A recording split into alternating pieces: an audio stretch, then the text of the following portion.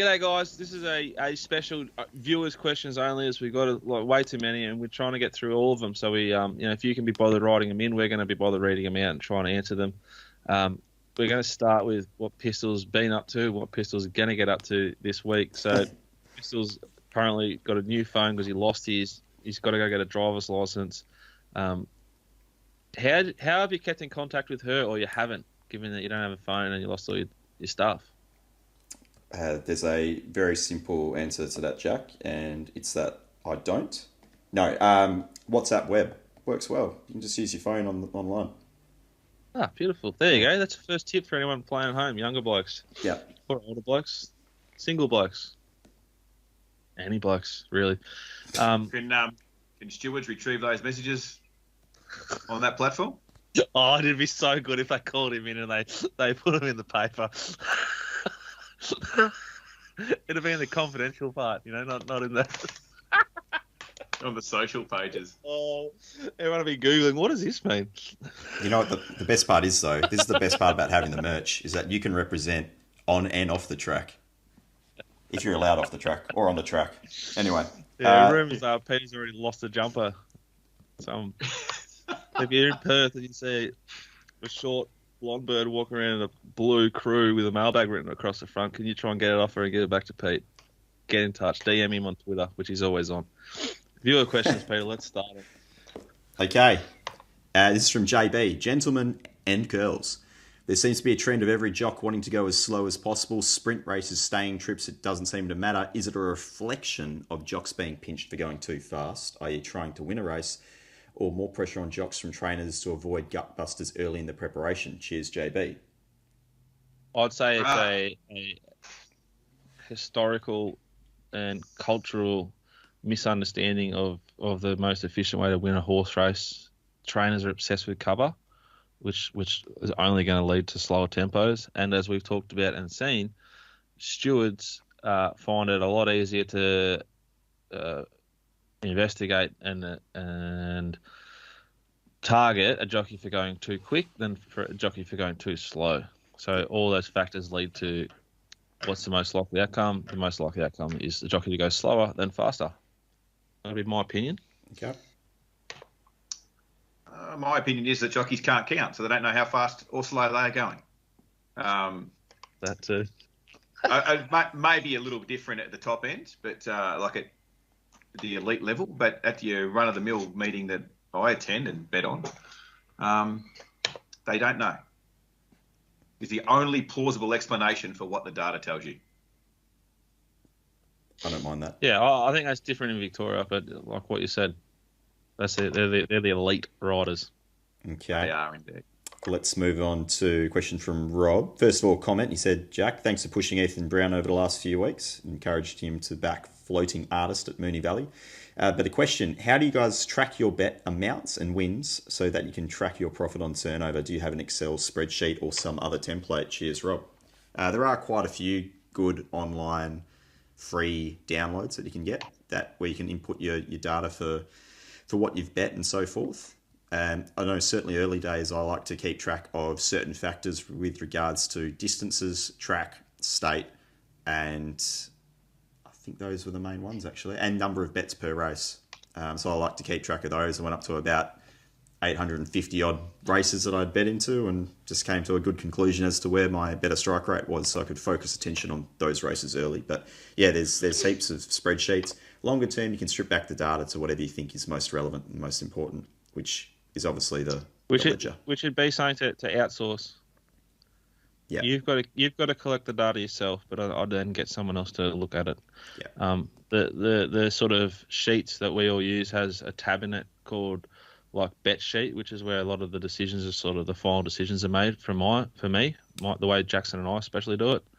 So every race meeting we do in Victoria, which is every meeting and any bets, it's saved. So you're getting every bit of data via that. So if you want to go and send it off to someone to assess, you've got distance, everything Peter just spoke about, trainer, stage of prep, everything, up in grade, down in grade, anything. And I'd keep a separate recording of just your totals and your bank. Like Betfair's really good at tracking your bets, like the best, I'd say, by a mile. Yep.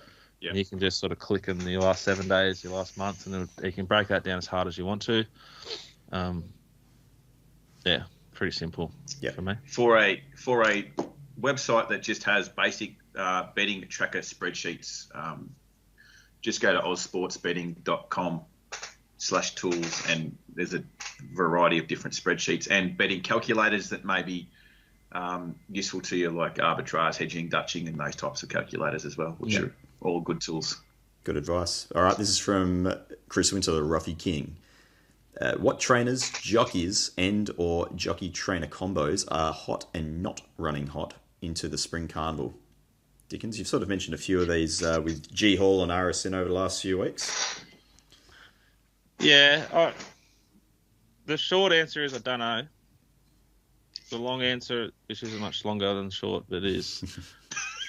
I'm just going to start to be a little bit more trusting of the bigger trainers who are going awful. So the Danny O'Briens, etc. These guys, I expect them to improve when the prize money does. The same with the riders. So I spoke about last week. It's not so much the combos for me, but I'm going to avoid backing apprentices on Saturdays and probably Wednesdays and the next little bit. Try to avoid. So I just think the better riders come back and there's more intensity and more pressure, and they get thrown out the back until they get to that level. But you can still find an edge, like Declan Bates, for example, is last 100 is he's going really, really well, and he wins at Caulfield. So I wouldn't dream of calling him an A-grade rider, but he's riding as good as the A-grade riders currently. So he's in a hot patch, and then it's a question of how long is he going to maintain that for? Is it going to stop as the better riders focus a little bit more, which is traditionally what would happen, or is he sort of going to go to that next level? So they're the sort of intangibles you're trying to weigh up, if that makes any sense. That makes sense to me, Jack. Thank you. I think the conclusion that I've come to is that I've quoted this a million times before. Brenton Avdulla knocked down the inside fence in $1 million race to get a gap to win. And then after the race, when he was being praised for his heroics, he said, the race was $1 million. What do you think I was going to do? Right? In human nature, they're trying. Saying that, there's also there's plenty of examples of good jockeys that will their horse will be half slow away, whatever else in a good race. They're not going to gas it from the 800 and take off and try and circle them because they can't win doing that in that class. So they ride for luck. Sometimes they're stiff. Sometimes they get it and they're geniuses. I think,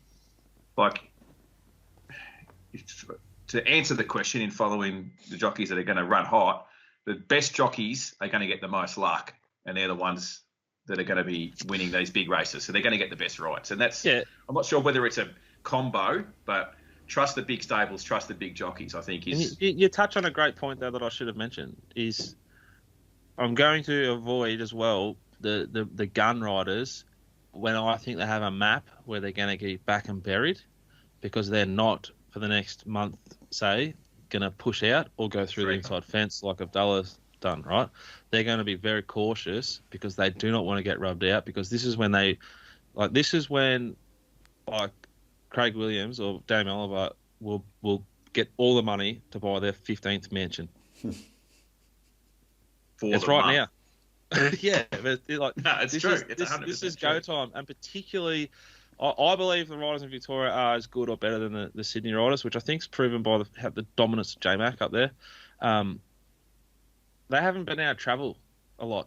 They've missed out. They used to say winning $5 million a year. They've only won 2.5. They're fucking hungry and thirsty.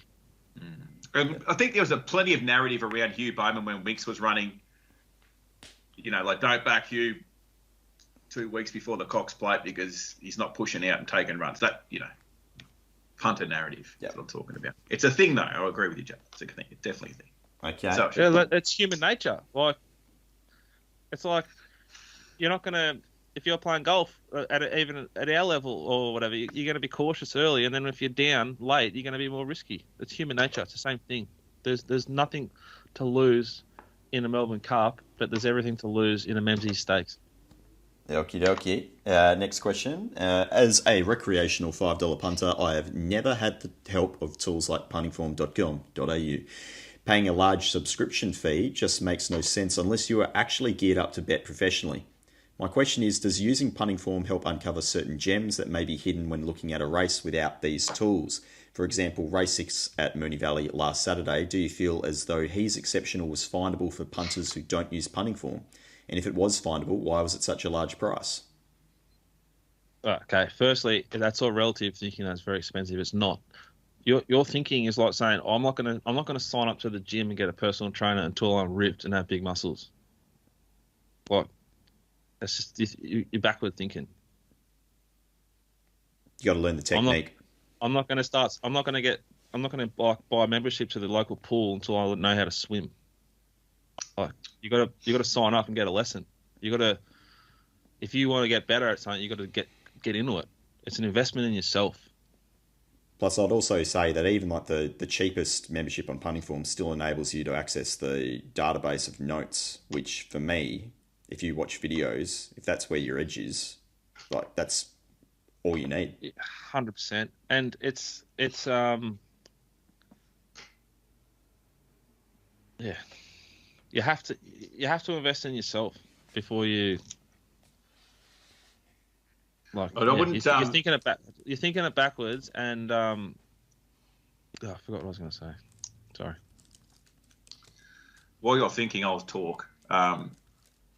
So I don't think you should like think that being a $5 punter is a negative to investing in something like Punting Form, because you might be a $5 punter across 20 races a week, and when you do the form, you might find yourself being a $25 punter across 2 races a week, and you'll grow your stake, you'll grow your bank and your staking like that. It'll help you have less bets in some instances, and it'll give you more confidence to bet more on in other instances. But it's not going to find you like He's Exceptional. It's not going to, just because you buy a database or whatever, you're not going to. I tell you what it does do, and this is the best example that I can give you from most recent form analysis I've done. I watched a race at Bow Desert last whatever week it was. In race 3, there was a leader, tearaway leader that led by 10 lengths in a 2,400 metre race. And the narrative around that race was, geez, he's going quick on that, fucking hell, you know.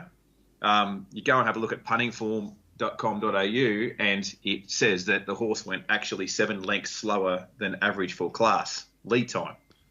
It's just that the other horses in the field, other jockeys in the field, can't count, didn't realise how slow they were going. So it doesn't. So the database will help you as far as uncovering gems are concerned. It helps you confirm what your eye saw, or conversely tell you that what you saw was, and what you felt at the time was wrong, which I think is the gem. That's the gem. Like if you want to play golf, just cause I'm shit at golf, right? And if you are out there watching and want to sort of do a contributor with me, and you're a golf professional who can teach me stuff or help me with equipment, please get in touch. But I'm not going to, just because I'm shit at golf, operate with a set of like wooden drivers and like fossilized golf clubs that they used in the 70s because I'm shit. You know, I'm just going to try and get a lesson. I'm going to try and use the best balls, get equipment. I'm trying to maybe try and pinch someone's rangefinder. How far out am I, man? Please help me to improve. And don't think that as a $5 punter, you'd be very, very surprised by the sound of the tone of email and how many people in the media are probably $2.50 punters. So there's heaps of angles to the game, and that's the purest form of the wagering side, I think, and the way you can get hooked on it. And using something like Punting Form lets you build your notes, as Peter's saying, and get build your skill set. And you can have so much enjoyment out of just understanding, a deeper understanding of why you're having your $5 on. And just quickly on He's Exceptional, the horse is first up after 120 days, so it's less likely to find it off pure data, but you might have been able to use the pricing spreadsheet or pricing worksheet, I should have said, to give it a little bonus on the map. So you might have ended up with it as a small overlay, something like that. Okay. Next question. Hey, Jack, synthetic racing, why is it shit? What should you look for when pricing synthetic meetings? Can the pattern vary depending on the meeting, or is it always fair, which makes it harder to find an edge or bias? Cheers, Johnny. I don't think it's always fair. I think it's a bit shit because it's a little bit harder because if a horse is racing on a synthetic, it basically probably doesn't like a good track. It probably doesn't like a heavy track. It probably doesn't like a soft track. It probably doesn't like a short straight. It's just not that good. And there's a lot of them that aren't that good. So there's not a big difference between the best horse and the worst horse in a lot of those races. I know Johnny's on board with our stuff. Like, we've bet there. We're looking at it all. We're looking at it all and trying to find bets, but it's just a little bit harder. And it's a lot harder to predict the way a track might race. So, like, I'm really confident with how Caulfield's going to race on Saturday. I wouldn't have a clue how Pakenham will race on Friday, which I think is a synthetic meeting. Okay. Let's jump on to the next one. This is from Rosie, the mug punter. What do you think of that, Ayrton, in the last? Is it a back or a lay? I'm not a fan of Brisbane form. What do you boys think? I think provided the track races like fair to even wide suited, it'll win, and it'll start sort of south of $2. Full stop. I've just taken offence to the I don't like Queensland form statement. Well, where do you want me to start? Well, you could start. Where do you want me to start? You could start by saying, well, the fucking thing pissed in Melbourne and then came up here and couldn't win. Yeah. I think the horse is very, very good. I think they think it's even better than good. I think it'll go very, very, very good on Saturday. Is she riding it? Don't know. Stand by. Mug, you need to reassess your position on Queensland form, mate. I mean, multiple Queensland horses go to Sydney and dominate those overhyped Sydney horses, and they'll continue to do so. Like buffering. JK rides. She's And won the for Mel- one track and and previous horse too. The Brisbane Winter Carnival will provide winners during the Spring Carnival. Zaki will win the Cox Plate, for example. This will be one of them. Ayrton will be another one. Okay. Next question. Out of the Mailbag team, who was the best junior footballer and who had the most potential? So I'm going to cut the video here and go for a walk. I'll be back in about 45 minutes, shall I? I wasn't very good as a footballer. I'll just say that. Oh, look, At the same these time. questions that are these questions that are just off the cuff. There's What even is that? I'm not really prepared. Playing rugby league there? There's little Curly there at Waverley Park, VFL Park, playing for the Demons. Now, Edgy. I think it was mandatory. I was a fucking tough, long-sleeved on-baller, Jack. I was always getting knocked in the head. That's me there at Waverley Park playing for the Demons. Yeah. I never got any better as I got older, unfortunately. I was like an early 2-year-old type. Yeah, I reckon Curly would have been like one of the bigger kids at like 10 and 12, and then by like 16 there was a few boys who had a fair bit on him in size-wise. Yeah? Yeah. I claimed to fame, a couple of claims to fame, one of them being I think I played a whole season without getting tackled or making a tackle. That's the type of operator I was. Long sleeve wearer, forward. If the ball wasn't delivered to me where I didn't have to change stride to mark it, I wasn't turning around and running back to get it. Just point next time. That way. I reckon Roden would have been one of the... Or Scurry would have been pretty talented footballers. They're big, big boys. Roden would have been a monster up until about under 16s as well, for sure. He would have been like a centre-half forward who you could have just flicked behind the ear and just like lit the fuse and just let him go. I reckon. I wish I was more prepared to answer that question. Okay. Next question. Hey, Dicko, the Phillies clearly look inferior to the boys, but is hearsay, the exception. Great run under the belt to Gimme Par, perfect gate and ollie. Can it turn over the boys in the McNeil? I think it's going to get a better like opportunity on Saturday than it did the previous. It was certainly a better run than Gimme Par, in my opinion, last start. Looks one of the more progressive, scopy fillies in Victoria at the moment, definitely. Settle down. How valuable? This is from Harley. How valuable is it to claim below the minimum, and why do trainers put apprentices on that can't claim their full amount? Because they're not right. They wouldn't even know that they couldn't claim their full amount. Is the answer to that. Just like racing. It's like yesterday on a media platform I was watching, there was a maiden winner, and after the race, the commentary was, I wouldn't be surprised if in a couple of weeks we saw these horses in better races. Like, fuck. Thank you very much. And sometimes, sometimes the trainer would know that a horse can't claim, but just want to claim anyway. There's one there, speaking of commentary, there's one there in Brisbane on Saturday in race 3, Miami Flice. It's got 51 kilos, and the jockey claims, so allotted 54. KWT claims 3. And in one of the publications, it says this thing looks hard to beat with 51 kilos. The kid rides at 53. So it likely carries 53, not 51, but whatever. I don't know. I've got my own theory. I've got my own theory on weights. On a leader, Curls. So, like, if we've got a big weight advantage and then they've claimed 3 and they're going to claim it all and it's on a leader, I like it because it's probably going to let the thing go and it's got no weight in its back relative. That's what I like about Miami Flice on Saturday, definitely. Yeah. You use it. But look, there's, weights, have an apprentice claim that's going to be, back in the ruck with a tricky map is irrelevant to me. I couldn't give a fuck whether it's carrying 57 or 47. Yep. Very nice. From Jed. Question about early betting and track pattern. How do you manage if you've backed a known back marker early in the week and Saturday comes around and the track has a mad leader's bias and that horse's chances are near gone?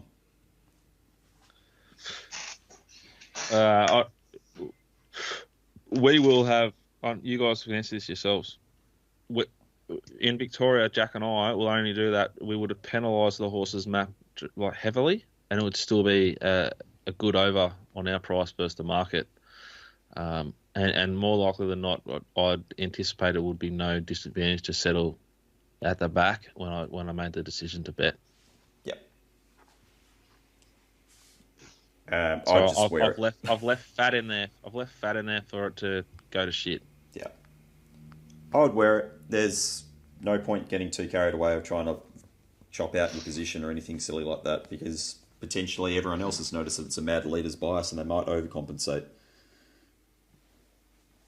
Yeah, that's good. Yep. Yeah. You're not going to always get them right. Can't win them all. All right. How do you guys, this is from Alex, how do you guys handle horses travelling interstate in terms of the direction of races, i.e. clockwise versus anti-clockwise? Do you penalise a horse if they've previously raced in New South Wales but failed at all their anti-clockwise form?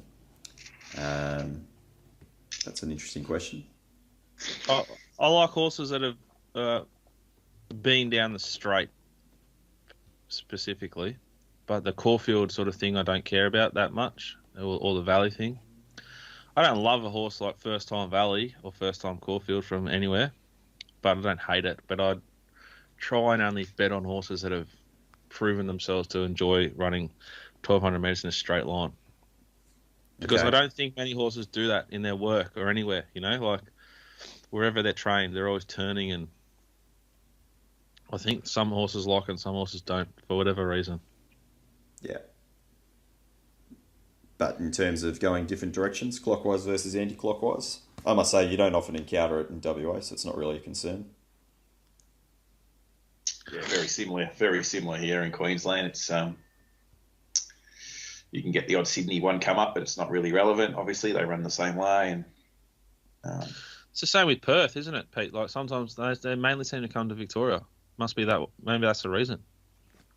Yeah, I mean, look, it depends on the horse, doesn't it? Some of them are probably capable of being able to change legs, and others aren't. But yeah, case by case basis. So yeah, look, Uncle really Bob's, to my memories, only started sending them to New South Wales occasionally for the grouse prize money pop-up races. Yeah. Maybe there's something in there, Jed. Good horses adapt. Yeah. Shit horses, you make excuses for not being able to adapt. That's probably that's probably the most sensible answer. Okay, from Josh, given you have had to adapt your Melbourne stuff from predominantly eyes on ponies to more data-driven directions, will you revert back to including more mounting yard when allowed back on course, or is this the new setup with the addition of Jacko? Especially as it's been winning. That's from Josh. well, the mounting yard, like pure mounting yard, was winning as well. And probably the purest of the mounting yard, which was like almost no form at the very beginning, was winning the best. So I'm really excited to, when we can get back with clarity, get my first jab tomorrow. Jackson's already had a jab. And getting on into the yard and adding that to what we're doing, which is working. So I'm really, really excited about it, to be honest. And Jackson will be doing most of it. So we'll have mounting yard mail on top of our early stuff. It'll be a combination of both. Yeah, and to be fair, I mean, earlier this year when we were allowed on course, we were doing the same thing anyway. We'd already sort of changed the setup with regards to how we were pricing everything, and the yard just became another factor, which is fine. It means some races you bet more, some races you stay out of, but it doesn't make too much of a difference from my point of view. There's races where you want it, isn't there, Pete? And there's races where you don't really need it. Yeah. And this time of year is a really good time. There's like a lot of fresh horses and second up horses, and you start to build a profile on a few of them. And yeah, you certainly get a more of an appreciation over in Sydney and Melbourne as to the difference between week to week than what you might in some of the other jurisdictions. That's for sure. From Jack Chugs, is tariff the moral? We kind of went through it on the previous show. Will it be suited or hindered by the small field? Where can it get to this spring? I don't know anything about where it might get to. Pretty deep in the preparation, to get to something good, and I'm saying like in a month and a half. So maybe they win on Saturday and have a crack at something better, and then that's probably it, I think. But like I said on the previous show, she's from the right camp to be able to sustain a preparation. Okay, this is from Punt Club. How do you think Team Hawks are going? Masked Crusader looks immoral off the trials, but price a touch skinny considering the likely map. Completely agree. We marked it the same as the market, which doesn't happen very often at that price point. Love the trials, concern the map, but not overly. Just don't want to bet at it or anything else in that race. Okay. And we've got a whisper from Mike to finish with. Okay, he thinks that, or he's saying, okay, so home affairs is seriously going to make an impact in the spring. The whisper is that Coolmore have asked Uncle Chris if he thinks this horse is up to taking their slot in the Everest. And he told them that he was provided, he got good ground, and also said there that he was the best colt he has had since Zooster. Interesting. Is this from... This might be Rob Scurry's alias. Yeah, could be. Could well be. If he's up to taking their slot in the Everest, he should just about win the Rose. He's pointing out will he be trained for that? Yeah. Yes, I wouldn't be betting. I wouldn't be doing anything with that info other than if Waller thinks it can win the Everest. That's what it'll be set for. If that makes sense. Yeah. And he said, wasn't yes? Did yes run second to Bivouac in the Rose, etc. before the? Yeah, he does mention that. He won the Golden Rose at Zoostar. Yes finished second in the Rose before winning the Everest. He's been given the yes prep with the run to the Rose, the kickoff, second up in the Golden Rose, third up in the Everest. Rob will have like relentlessly long. He'll talk about this a lot, and it can become quite painful for all of us. That he backed this thing, like, if he wins the Everest, because he's backed this thing, 2 or 3 times and lost. And he'll be, Canterbury, fucking maiden at Canterbury, or whatever it was. The torment of a punter. Oh. I was right. Oh, and he was right. The officer was right. And then he finishes off. I told you, it was the best I'd seen. Mike then finishes off with a couple of tips to win the BMW and the Golf, Dickens. Xander Schauffele. The gold medalist from Tokyo. Yep. With smaller bets on Webb Simpson, Cameron Tringale, and Billy Horschel. Well, we've got our own golf mail coming this weekend, I think. Yeah, we do. So, good luck. And may it be just a little bit better than last weekend, where we were on the leader for about 68 holes. Yep. I didn't need that Tuesday morning either. Okay. Who was the best question? Oh.